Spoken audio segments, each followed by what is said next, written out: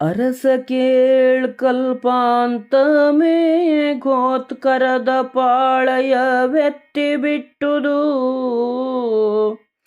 ಧರಣಿಯೊಗಲಕ್ಕೆ ಧಾಳಿಟ್ಟವು ಸಿಡಿಲು ಮಿಂಚುಗಳು. ಕರಿಯ ಬರಿ ಕೈಗೆಣೆಯ ನಿಪನಿಷ್ಠುರದ ಧಾರಾಸಾರ ತೆರಳಿಚಿ ಸುರಿದುದ ಖಾಂಡವದ ಸೀಮಾ ಸನ್ನಿವೇಶದಲ್ಲಿ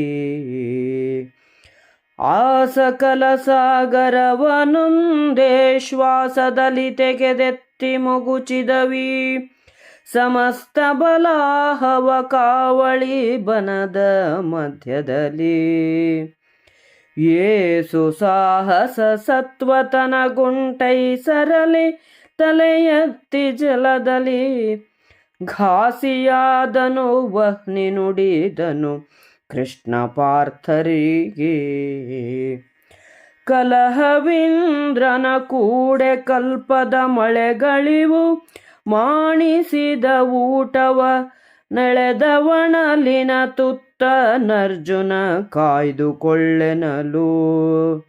ಮಳೆಗೆ ಶರಪಂಜರವ ವಿರಚಿಸಿ ಬಳಿಕ ವಾಯುವ್ಯಾಸ್ತ್ರದಲ್ಲಿ ನಿಸ್ಖಲಿತ ಮೇಘೌರಜವ ನೆಚ್ಚನು ಪಾರ್ಥ ವಹಿಲದಲ್ಲಿ.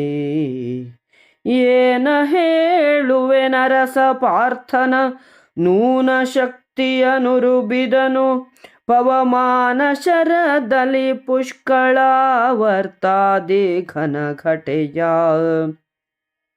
ಭಾನು ತಿಮಿರಂಗಳಿಗೆ ಮೇಘ ಮಹಾನಿಲಂಗಳಿಗಾವುದಂತರ ಸೋನೆ ತೆಗೆದುದು ಹೊಗೆದುದ ಖಾಂಡವ ಮಹೋದ್ಯಾನ. ಹಾರಲೂದಿತು ಮೇಘವನು ಕಿಡಿತೂರಲು ಬರಿಸಿದುದು ವಹ್ನಿಯ ನೇರಿಸಿತು ಖಾಂಡವದೊಳಗೆ ಬಿರುಗಾಳಿ ಸುಳಿ ಸುಳಿದು. ಮೋರೆಯೊಣಗಿದುದ ಮರರಿಗೆ ಮೈ ಮಾರಿಗಳ ಸುಡು ಮೂಲೆಯವದಿರು ಮೀರಿದರಲಾಯನುತ ಸುರಪತಿ ತರಿಸಿದನು ಗಜವಾ. ನೆರೆದುದ ಮರರು ಸಿದ್ಧ ವಿದ್ಯಾಧರ ಮಹೋರಗ ಯಕ್ಷ ರಾಕ್ಷಸ ಗರುಡ ಕಿನ್ನರ ಸಾಧ್ಯ ಗುಹ್ಯಕ ಭೂತ ಗಂಧರ್ವ.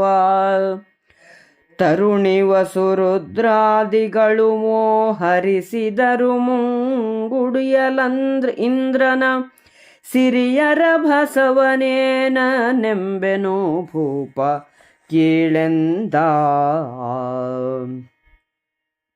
ಕಲ್ಪಮೇಘದ ಪಾಳೆಯವು ಭೂಮಿಯ ಮೇಲೆ ಬಂತು. ಎಲ್ಲೆಲ್ಲೂ ಸಿಡಿಲು ಮಿಂಚುಗಳು ಧಾಳಿಯಿಟ್ಟವು. ಆನೆಯ ಸೊಂಡಿಲು ಗಾತ್ರದ ಮಳೆ ಧಾರಾಕಾರವಾಗಿ ಖಾಂಡವವನದ ಮೇಲೆ ಸುರಿಯಿತು. ಸಾಗರದ ನೀರೆಲ್ಲವನ್ನೂ ಒಂದೇ ಬಾರಿಗೆ ಎಳೆದುಕೊಂಡು ಅದೆಲ್ಲವನ್ನೂ ಒಂದೇ ಬಾರಿ ಬೋರಲು ಹಾಕುತ್ತಿವೆಯೋ ಎಂಬಂತೆ ಮೋಡಗಳು ಖಾಂಡವವನದ ಮೇಲೆ ಮಳೆಯ ನೀರನ್ನು ಸುರಿಯಲಾರಂಭಿಸಿದವು. ತನ್ನ ಎಲ್ಲ ಸತ್ವವನ್ನು ಉಪಯೋಗಿಸಿ ಅಗ್ನಿಯು ತಲೆಯೆತ್ತಿ ನೀರಿನಿಂದ ಬಹಳವಾಗಿ ನೋವನ್ನು ಅನುಭವಿಸಿದನು. ಆಗ ಅಗ್ನಿಯು ಕೃಷ್ಣಾರ್ಜುನರಿಗೆ ಹೀಗೆ ಹೇಳಿದನು: ಅರ್ಜುನ, ಈಗ ಇಂದ್ರನೊಡನೆ ಕಲಹವಾಗುತ್ತಿದೆ. ಕಲ್ಪದ ಕೊನೆಗೆ ಸುರಿಯುವ ಮಳೆಗಳು ಇವೆ. ನನ್ನ ಬಾಯಲ್ಲಿದ್ದ ತುತ್ತುಗಳನ್ನು ಹೊರಗೆಳೆದು ನನ್ನ ಊಟವನ್ನು ತಪ್ಪಿಸುತ್ತಿವೆ. ನನ್ನನ್ನು ಕಾಪಾಡಿಕೋ ಎಂದು ಅಗ್ನಿಯು ಹೇಳಲು ಅರ್ಜುನನು ಮಳೆಯ ನೀರು ಕೆಳಗಿಳಿಯದಂತೆ ಶರಪಂಜರವನ್ನು ಕಟ್ಟಿ ವಾಯುವ್ಯಾಸ್ತ್ರವನ್ನು ಮೋಡಗಳ ಮೇಲೆ ಪ್ರಯೋಗಿಸಿದನು. ಅರ್ಜುನನ ಕಳಂಕರಹಿತವಾದ ಶಕ್ತಿಯು ವರ್ಣನೆಗೆ ಮೀರಿದುದು. ಪುಷ್ಕರಾವರ್ತಕವೇ ಮೊದಲಾದ ಮಹಾಮೇಘಗಳನ್ನು ವಾಯುವ್ಯಾಸ್ತ್ರದಿಂದ ಹೊಡೆದೋಡಿಸಿದನು. ಬಿಸಿಲು, ಕತ್ತಲೆ, ಬಿರುಗಾಳಿ, ಮೋಡ ಇವುಗಳು ಒಂದೊಡನೊಂದು ಇರಲಾರವು. ಮಳೆ ನಿಂತು ಖಾಂಡವವನವನ್ನು ಹೊಗೆಯು ಆವರಿಸಿತು.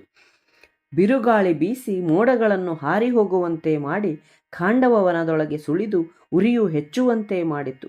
ದೇವತೆಗಳ ಮುಖ ಬಾಡಿತು. ಹವಿಸ್ಸಿಗಾಗಿ ತಮ್ಮನ್ನು ಮಾರಿಕೊಂಡವರನ್ನು ಸುಡಬೇಕು.